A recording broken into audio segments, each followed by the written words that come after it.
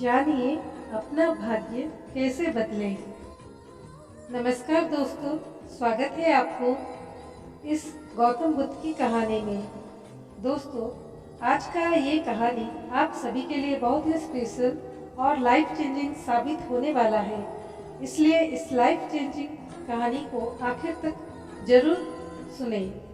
दोस्तों, अगर आपको लगता है कि आपकी किस्मत खराब है तो आज मैं आपके साथ जो मोटिवेशनल स्टोरी शेयर करने वाला हूँ वो सिर्फ आपके लिए ही है। इसे अंत तक ध्यान से जरूर सुने। तो बिना समय गवाए चलिए कहानी को शुरू करते हैं। एक जंगल में एक महात्मा रहते थे। उन महात्मा की खासियत ये थी कि वे किसी को भी भविष्य बता सकते थे। बड़े बड़े राजा उन्हें मानते थे और उनके बताए हुए मार्ग पर चलते थे। उस जंगल के बीचों बीच से एक नदी गुजरती थी और उन महात्मा की कुटिया उस नदी के किनारे पर थी।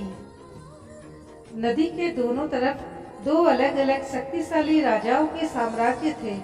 वे दोनों ही राजा उस महात्मा को बहुत मानते थे। वो दोनों जब भी कोई बड़ा कार्य करते थे तो उन महात्मा से सलाह लेने के लिए अवश्य आते थे। एक दिन इन दोनों राजाओं में किसी बात पर कहासुनी हो गई।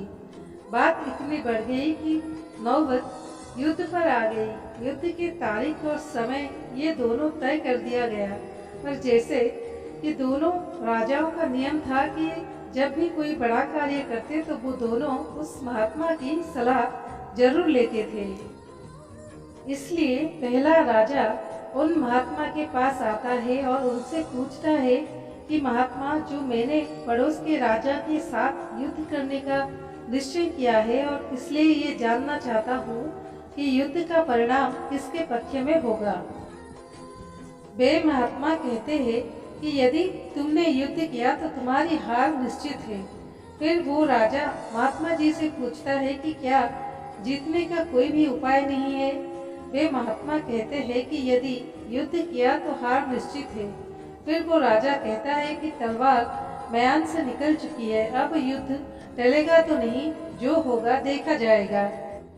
फिर वो राजा उसी समय वहां से चला जाता है और अपनी सेना से जी जोड़ मेहनत करने के लिए कहता है और सभी सैनिक राजा की आज्ञा मानकर जी तोड़ मेहनत करने के लिए लग जाते हैं।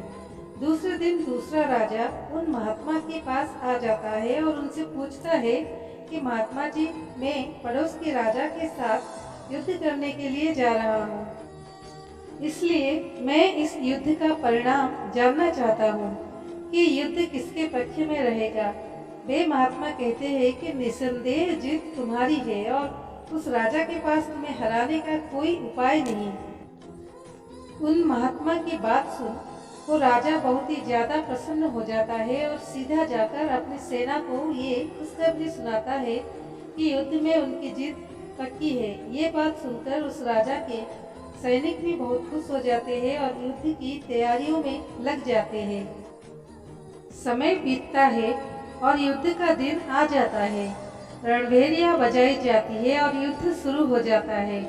दोनों सेनाएं एक दूसरे के साथ भिड़ जाती है और मार काट मच जाती है।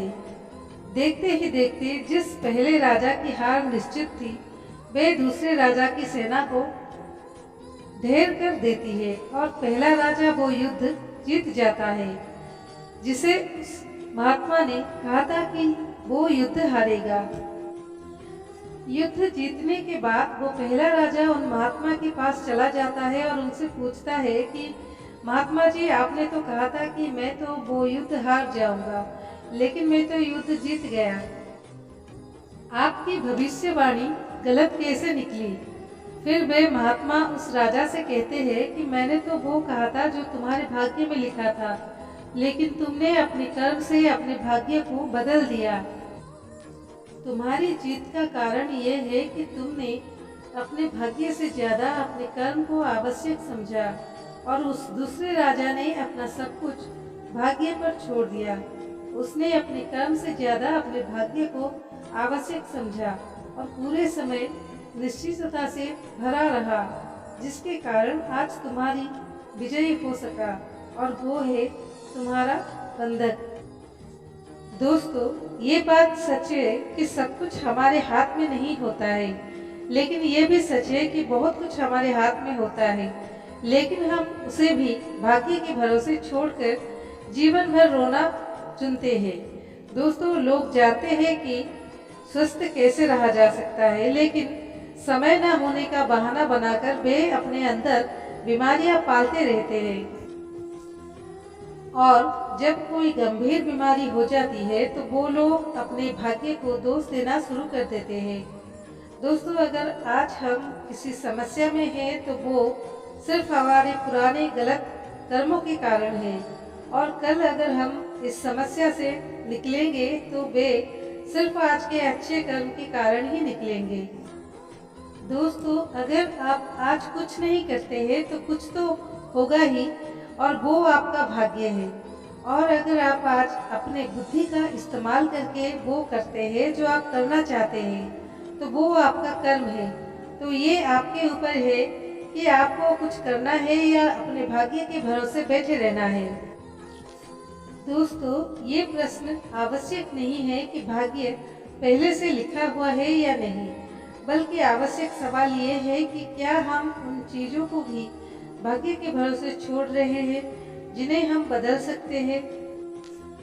दोस्तों, आज की ये कहानी आपको कैसी लगी, कृपया मुझे नीचे कमेंट बॉक्स में कमेंट करके ज़रूर बताएं। और अगर आपको ये कहानी पसंद आई होगी तो अपने दोस्तों के साथ इसे अवश्य शेयर कीजिए, ताकि और लोगों को भी ये कहानी सुनने को मौका मिल सके। धन्यवाद।